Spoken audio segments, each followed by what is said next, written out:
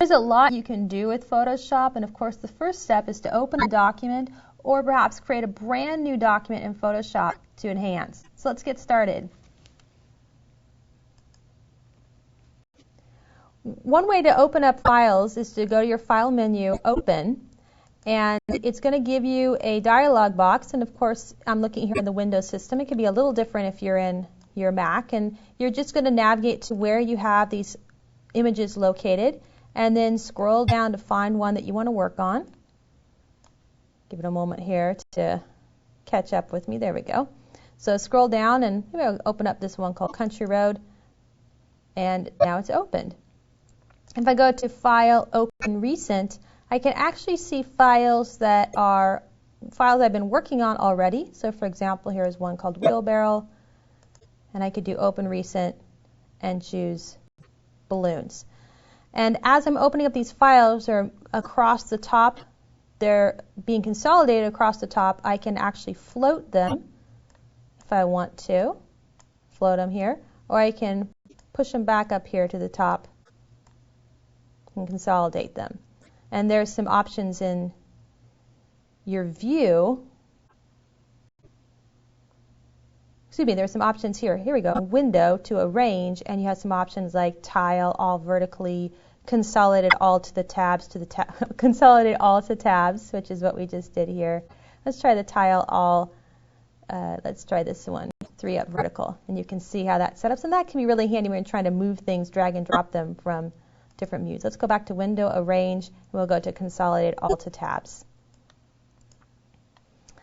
So I'm using that Open menu to open things up, but actually a lot of times when I open things up, let's go back here to Open, it's not an easy way to see the images, and even if you were to change your view to, let's say, large icons, it's still not necessarily the easiest way to see what's going on, because here's my native Illustrator files, and the pictures are easy to see, but if I have some native Photoshop files, all I get is an icon, and so this isn't always the easiest way to view my information. For example, here is a native Photoshop file.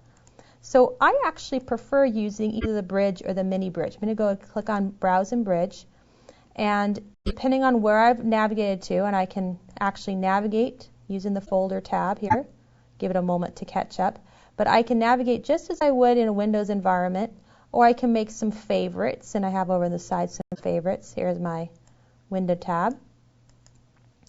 And from the bridge, it's easy to see stuff, even things that are native Photoshop files. Here's some native Photoshop files, or if I had some native Illustrator files or EPS files, here's an Illustrator file. I had a great thumbnail, and so it's a more visual experience. And I could take an image, for example, here's clownfish, and simply double click on it, and by default, since it's an image, the bridge is going to open up for me in Photoshop. One thing you can't really do is go to a folder and start double clicking on graphics, because your Windows environment or your Mac environment is going to probably opening up in a different editor than Photoshop. And so if you use the bridge, then you're guaranteed opening it up in the Photoshop environment and not necessarily in a viewer of that image. So I like that feature. Now the mini bridge is also really handy, because the mini bridge allows you to see those items. It actually is the bridge. Let me go ahead and make my way to the file. Actually, we had it. Where was it? Libraries, and we had it Documents. I'm just navigating through. Got to find where I put it. That's always a trick, right? So you can find that information, and the nice thing about the mini bridge is that I can preview these items and see what I want to open up. And when I'm opening up, if I move it towards where the Consolidate All tabs are, I'm actually going to be opening it up as its own file. So here's Balloons. It's opened as its own file. However, if I move it, let's click on this wheelbarrow. If I move it into the file, then instead of opening up as its own file, it opens it up as what's called the Smart Object. You can see over here in the Layers panel that it says Balloons, and this X tells me I need to press Enter to confirm it, or I could actually come here to the check mark and commit to transform, and now this object is set, and it's placed in there as a smart object as opposed to its own specific object. But that's the nice thing with the mini bridge. Incidentally, with the mini bridge, there's panel options, and I can do some things to just change that, just making it, closing it if I wanted to. Or I can just double click to minimize it, which I like to do. You also have some view options in here as well. I'm going to go back here to the bridge.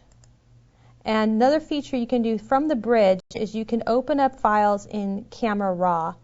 And there's some new advancements in Camera Raw in the Photoshop 6 environment. So if you take images in a RAW format, or even if you don't, you can open up in Camera Raw, which gives you some more tools for editing those images and just working smartly with them.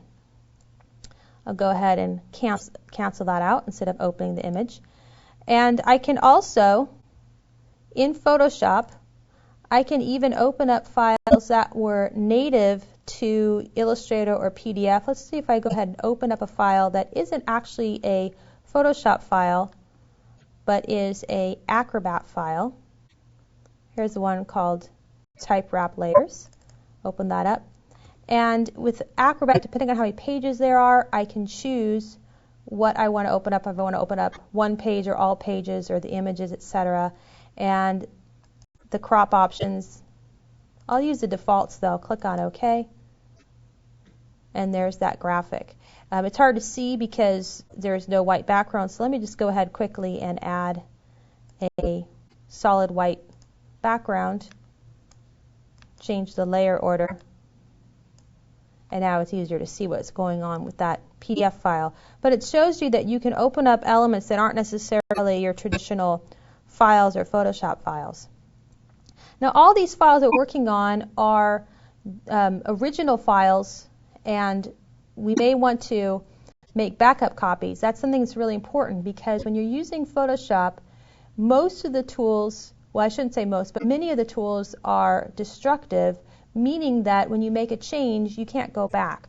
So it's a good idea to be always working on a copy of your image as opposed to making changes to the original image. And you can use a file save as to make that quick copy.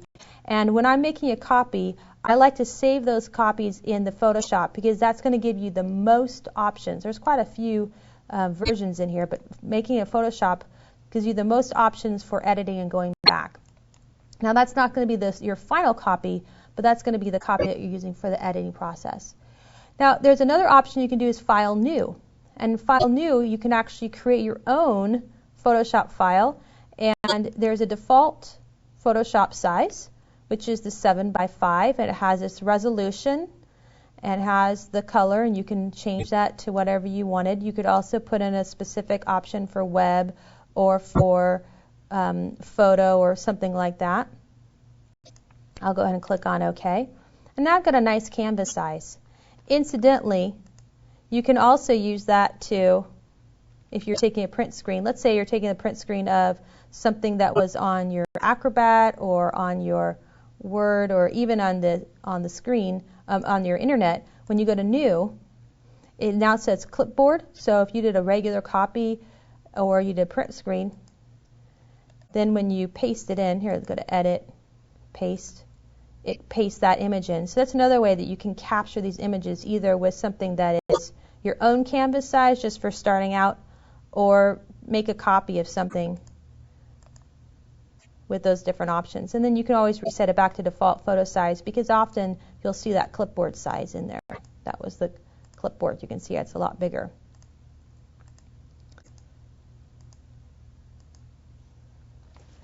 So to get started with Photoshop, you're going to open up your images, and you have a lot of options for opening them, either through the Photoshop product or going into a product like Bridge and opening it up, or even creating your new documents in Photoshop and just starting with a blank canvas.